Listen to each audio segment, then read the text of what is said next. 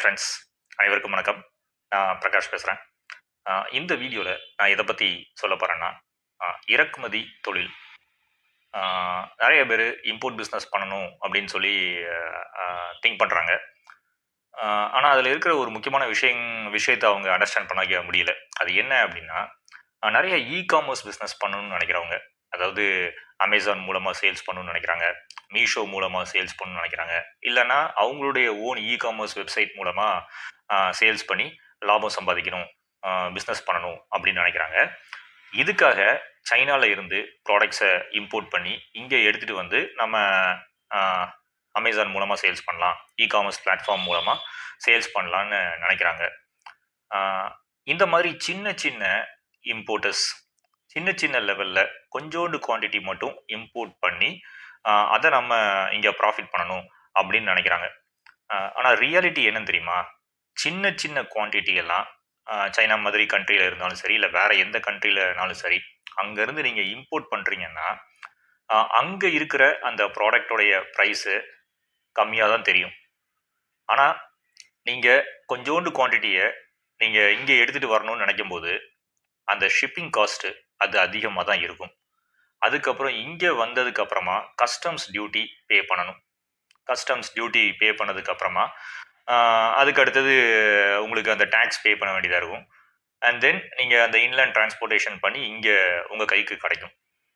அந்த மாதிரி உங்கள் கைக்கு வந்து சேரும்போது அந்த லேண்டிங் காஸ்ட்டு எப்போவுமே ஹையாக தான் இருக்கும். இதை நல்லா புரிஞ்சுக்கோங்க. சின்ன சின்ன லெவலில் இம்போர்ட் பண்ணணும் அப்படின்னு நினைக்கிறவங்க, அதனால் நீங்கள் நினைக்கிற மாதிரி ஷிப்பிங் காஸ்ட்டு ரொம்ப கம்மியாலாம் எங்கேயுமே கிடைக்காது. ஷிப்பிங் காஸ்ட்டு அதிகமாக தான் இருக்கும். ஏன்னா நம்ம ஒரு பொருளை வாங்குறது இந்தியாவுக்குள்ளே இருந்து கிடையாது. இந்தியாவுக்குள்ளே ஏதோ ஒரு பிளேஸ்லேருந்து நம்ம ப்ராடக்டை போய் வாங்கிட்டு வந்து இங்கே நம்ம அமேசானில் சேல்ஸ் பண்ண போகிற மாதிரிலாம் கிடையாது. நம்ம வாங்க போகிறது நம்ம ஃபாரினில் இருக்கிற ஒரு கண்ட்ரியோட அங்கே இருந்து நம்ம குட்ஸை வாங்க போகிறோம், அங்கே இருந்து நம்ம இறக்குமதி பண்ண போகிறோம். அதனால் நீங்கள் நினைக்கிற மாதிரி அந்த ஷிப்பிங் காஸ்ட்டெல்லாம் கம்மியாலாம் கட்டாயமாக கிடைக்காது. என்கிட்ட டிஸ்கஸ் பண்ண சில கிளையண்ட்ஸ் கூட, சார் நான் எல்லா இடத்துலையும் நான் பேசிட்டேன், ஷிப்பிங் காஸ்ட் ரொம்ப ஹையாக சொல்கிறாங்க, உங்ககிட்ட டிஸ்கஸ் பண்ணால் ஷிப்பிங் காஸ்ட் நீங்கள் கம்மியாக சொல்லுவீங்கன்னு நான் நினைக்கிறேன், எனக்கு உங்களுடைய ஷிப்பிங் சார்ஜஸ் சொல்லுங்கள் அப்படி இப்படின்னு சொல்கிறாங்க. பட் நான் இந்த வீடியோ மூலமாக சொல்கிறேன், ஷிப்பிங் காஸ்ட்டெல்லாம் கம்மியாக கிடைக்கவே செய்யாது. ஷிப்பிங் காஸ்ட்டு, ஃப்ரைட் ரேட்ஸ்லாம் அதிகமாக தான் இருக்கும்.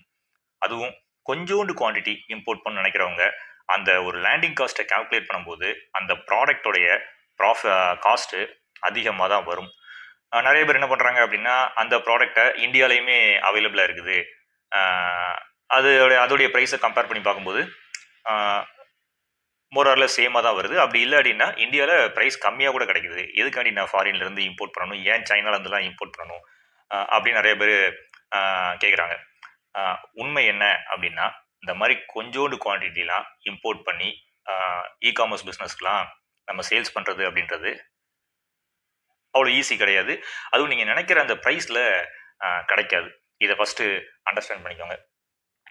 அப்போ கொஞ்சோண்டு நான் ஏதாவது ஒரு ப்ராடக்டை எடுத்துகிட்டு வந்து இந்த காமர்ஸில் நான் போட்டு நான் சேல்ஸ் பண்ண ட்ரை பண்ண போகிறேன் அப்படின்னா அதுக்கு என்ன தான் பண்ணுறது அப்படின்னா, நீங்கள் ஃபர்ஸ்ட் ஆஃப் ஆல் கம்பேரிசன் பண்ணுறதெல்லாம் விட்டுறணும். அதாவது இந்தியாவில் எவ்வளோ ப்ரைஸில் கிடைக்குது, சைனாவில் அதே டைப் ஆஃப் ப்ராடக்ட் தான், ஆனால் அதோடைய ப்ரைஸு கம்மியாக இருக்கும்னு நான் நினைக்கிறேன். அதை கம்பேர் பண்ணி பார்க்கும்போது ரெண்டுமே அந்த கம்பேரிசனை விட்டுறணும். இந்த மாதிரி சின்ன சின்ன காமர்ஸ் பிஸ்னஸ் பண்ணணும்னு நினைக்கிறவங்களாம் அந்த கம்பேரிசனெல்லாம் விட்டுட்டு, நான் ஏதோ ஒரு யூனிக்கான ஒரு ப்ராடக்டை நான் செலக்ட் பண்ண போகிறேன், அந்த யூனிக்கான ப்ராடக்டை நான் கொஞ்சம் தான் வாங்க போகிறேன் குவான்டிட்டி. ஆனால் கொஞ்சம் வாங்கினாலும் ப்ரைஸ் எப்படி தான் இருக்கும்னு நான் ஆல்ரெடி உங்கள்கிட்ட சொல்லிட்டேன். அது எக்கச்சக்க காஸ்ட்டில் வந்து தான் முடியும், லேண்டிங் காஸ்ட்டுங்கிற ஒரு விஷயம் வரும்போது கையில் கிடைக்கும்போது. நான் அந்த மாதிரி ஒரு யூனிக்கான ப்ராடக்டை நான் எவ்வளோ விலை கொடுத்தனாலும் நான் வாங்கிக்கிறேன். வாங்கிட்டு நான் காமர்ஸ் பிளாட்ஃபார்மில் போய் நான் அதை சேல்ஸ் பண்ணுறதுக்கான முயற்சிகளில் இறங்க போகிறேன். நான் என்னுடைய லாபத்தையும் அது மேலே நான் வச்சுக்கிறேன் அப்படின்னு ஒரு முடிவு பண்ணிவிட்டு இந்த மாதிரி இறங்கினா மட்டும்தான் சின்ன சின்ன லெவலில் கொஞ்சோண்டு குவான்டிட்டி நான் இம்போர்ட் பண்ணி ட்ரை பண்ண போகிறேன் அப்படிங்கிறவங்களுக்குலாம் செட் ஆகும். அதை விட்டுட்டு இந்தியாவில் ஒரு ப்ரைஸ் கிடைக்கிது ஒரு ப்ராடக்ட்டு, சைனாவில் ஒரு ப்ரைஸ் கிடைக்கிது, இது ரெண்டையும் கம்பேர் பண்ணி பார்க்கும்போது எனக்கு செட் ஆக மாட்டேங்கி அப்படின்னு சொல்கிறதுலாம் ஒரு தேவையற்ற விஷயம். ஏன்னா நம்ம இம்போர்ட் பண்ணுறது ஃப்ரம் ஃபாரின் அதர் கண்ட்ரியிலேருந்து.